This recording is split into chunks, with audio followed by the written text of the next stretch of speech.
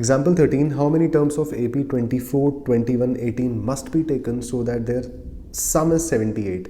मतलब हमें एक AP दे रखा है जिसमें फर्स्ट टर्म इसकी दे रखी है 24, सेकंड टर्म हमें यहाँ पे दे रखी है 21, थर्ड टर्म दे रखी है हमें 18, यानी AP की वैल्यू लगातार कम होती जा रही है। ठीक है, तो पहले तो यहाँ D निकाल लेते हैं। D क्या हो जाएगा हमारा A2 माइनस A1, यानी right term minus left term होता है हमेशा, तो ध्यान रखना ये राइट टर्म है हमारी, और फिर ये लेफ्ट टर्म करो या फिर 18 माइनस 21 कर लो, D तुम्हारा आ जाएगा। तो D हो गया हमारा 21 माइनस 24 और ये आ गया -3। ठीक है, D की वैल्यू आ गई हमारी -3। इसके बाद हमें बताना है कि इस AP में हम कितने नंबर लें कि उन सबको प्लस करके 78 आए। हाउ मैनी टर्म्स, यानी n की वैल्यू पूछी जा रही है। ठीक है, यानी हमसे n की वैल्यू पूछी जा रही है, तो कितने नंबर हम लें इस AP के कि उनको प्लस करके 78 आए। अब देखना इसमें बड़ा इंटरेस्टिंग आंसर आता है, और इस आंसर का ना रीज़न भी पूछा जाता है। ठीक है, बहुत बहुत इंपॉर्टेंट क्वेश्चन है, और इसका रीज़न पूछा जाता है कि इसमें दो आंसर कैसे आ रहे हैं। तो देखो, पहले ज़रा इसकी n की वैल्यू निकालते हैं जो हमें करनी है। तो n हमें दे रखा है यहाँ पर Sn, यानी सम ऑफ n टर्म्स 78, मतलब सबको प्लस करके 78 आना चाहिए ना, तो Sn हमारा 78 हो गया।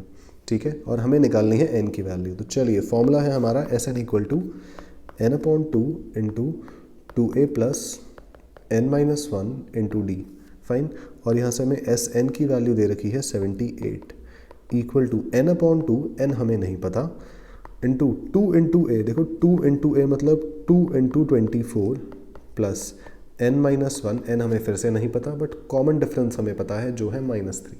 ठीक है भाई, अब यहाँ से अगला स्टेप, इन 2 भाई साहब को उठा के यहाँ भेजो मल्टीप्लाई में, तो ये हो जाएगा 78 into 2 16, 15, 156 equal to n into, ध्यान से देखो इस 2 को हमने 78 से मल्टीप्लाई किया तो 156 आ गया। ठीक है, 24 2 सा ये हो गया हमारा 48 प्लस, अब देखो ध्यान से -3 को n से मल्टीप्लाई किया तो -3n आया।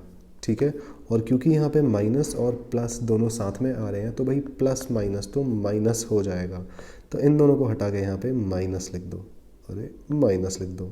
ठीक है, और ये -3n ज़रा पास चिपका देते हैं। अब हमने इसको n से मल्टीप्लाई किया, फिर इसको -1 से मल्टीप्लाई करेंगे, तो जो आएगा +3, 3 1 ज़ा 3, माइनस माइनस प्लस, वही बेसिक कैलकुलेशन है अपनी। अब 156 इक्वल टू n इंटू 48, देखो 48 यहाँ से 48 प्लस 3 ये हो गया 51 माइनस 3n। ठीक है, इस -3n को हमने एज इट इज़ रखा, 48 और +3 को सॉल्व कर दिया। अब ज़रा n से हमें मल्टीप्लाई करना है 51 को, फिर n से मल्टीप्लाई करना है -3 को, तो ये हो जाएगा 156 इक्वल टू 51n -3n²। देख के लग रहा है हमें कि यहाँ पर हमारी एक क्वाड्रेटिक इक्वेशन बनने वाली है, जिसको सॉल्व करने के लिए या तो मिडिल टर्म स्प्लिटिंग लगा दो या तो क्वाड्रेटिक फॉर्मूला लगा दो, जो तुम्हारी मर्जी। इस 156 को उठा के इधर ले आओ तो ये बन जाएगा 51n, तो प्लस में था, ये जो -3n² है इसको पहले लिख देता हूँ मैं, और ये जो 156 उधर जाएगा तो ये बन जाएगा -156, और भैया इस तरफ रह गया आपका एक 0। ठीक है, इस 0 को उठा के ज़रा हम यहाँ भी लिख देते हैं, यहाँ भी लिख सकते हैं कुछ इस तरह से, इक्वल टू 0। सारी चीज़ें हमने एक तरफ कर दी उठा के, और इक्वल टू में 0 कर दिया। अभी हमें दिख रहा है कि ये सब कुछ 3 से डिवाइड होगा। हाँ ठीक है, बिल्कुल होगा। तो हम क्या करेंगे, इस पूरी इक्वेशन को डिवाइड कर देंगे 3 से। तो देखो 3 से डिवाइड करके ना क्या होगा, हमारी कैलकुलेशन बहुत आसान हो जाएगी। ठीक है, कैलकुलेशन बहुत आसान हो जाएगी। कैसे हो जाएगी, देखो ये कटेगा -1, फाइन, तो ये हो गया -n²। उसके बाद यहाँ से ये कटेगा 3 1 ज़ा 3, 3 7 ज़ा 21, यहाँ से हमारा आ गया माइनस प्लस का 17n। ठीक है, फिर ये कटेगा 3 5 ज़ा 15 और 3 2 ज़ा 6, मतलब -52 इक्वल टू 0 को 3 से डिवाइड करेंगे, जब इसको सॉल्व करेंगे तो 0 ही आएगा। अब इस पूरी इक्वेशन को -1 से मल्टीप्लाई कर दो। -1 से मल्टीप्लाई करने का फ़ायदा ये है कि जो हमारी पहली टर्म नेगेटिव आ रही है ये पॉजिटिव हो जाएगी, बस इसका ये फ़ायदा है। तो देखो भाई, जब आप माइनस करोगे तो हो जाएगा +n² -17n और +52।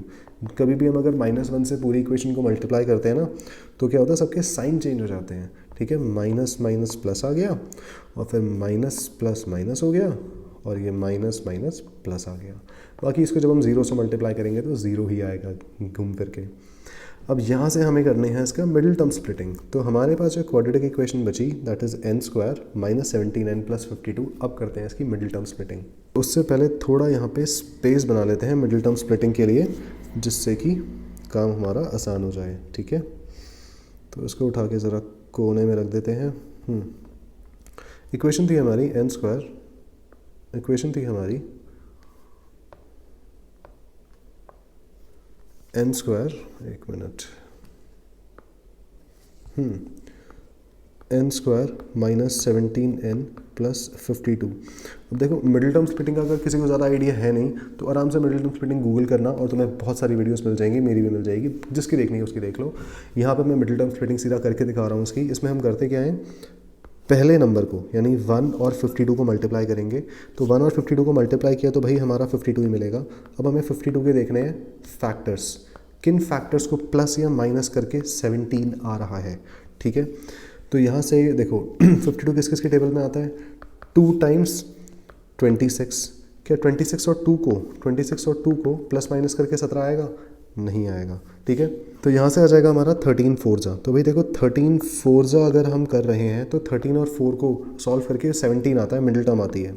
तो पहली की चीज़ को तो हम एज इट इज़ लिख देंगे n स्क्वायर, इस प्लस 52 को भी एज इट इज़ लिख देंगे। ये जो बीच की टर्म है ना, इसको हम लिखेंगे माइनस 13n और माइनस 4n। ठीक है, मतलब इन दोनों को सॉल्व करके हमारी माइनस 17n आ रहा है यहाँ से, इसका ये मतलब है।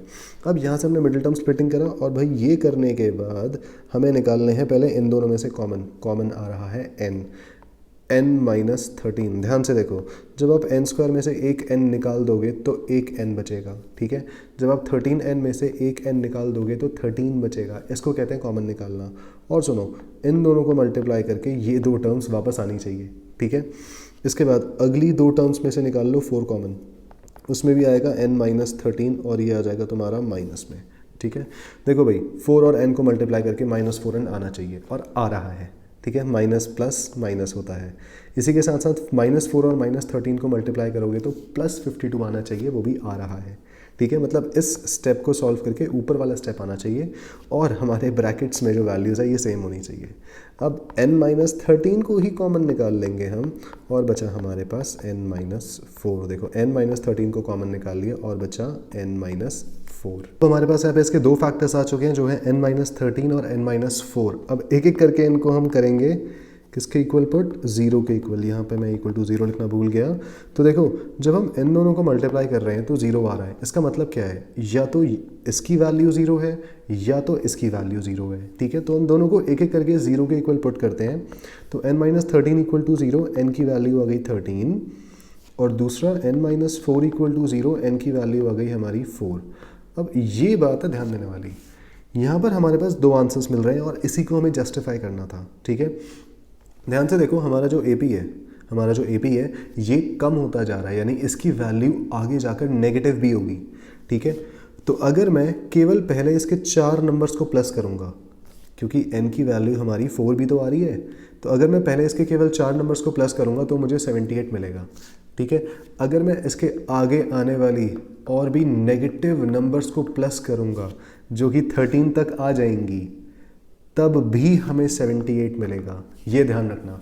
तो ये रीज़न है इसका कि क्यों हमें यहाँ पर 2 अलग अलग वैल्यूज़ मिलती हैं।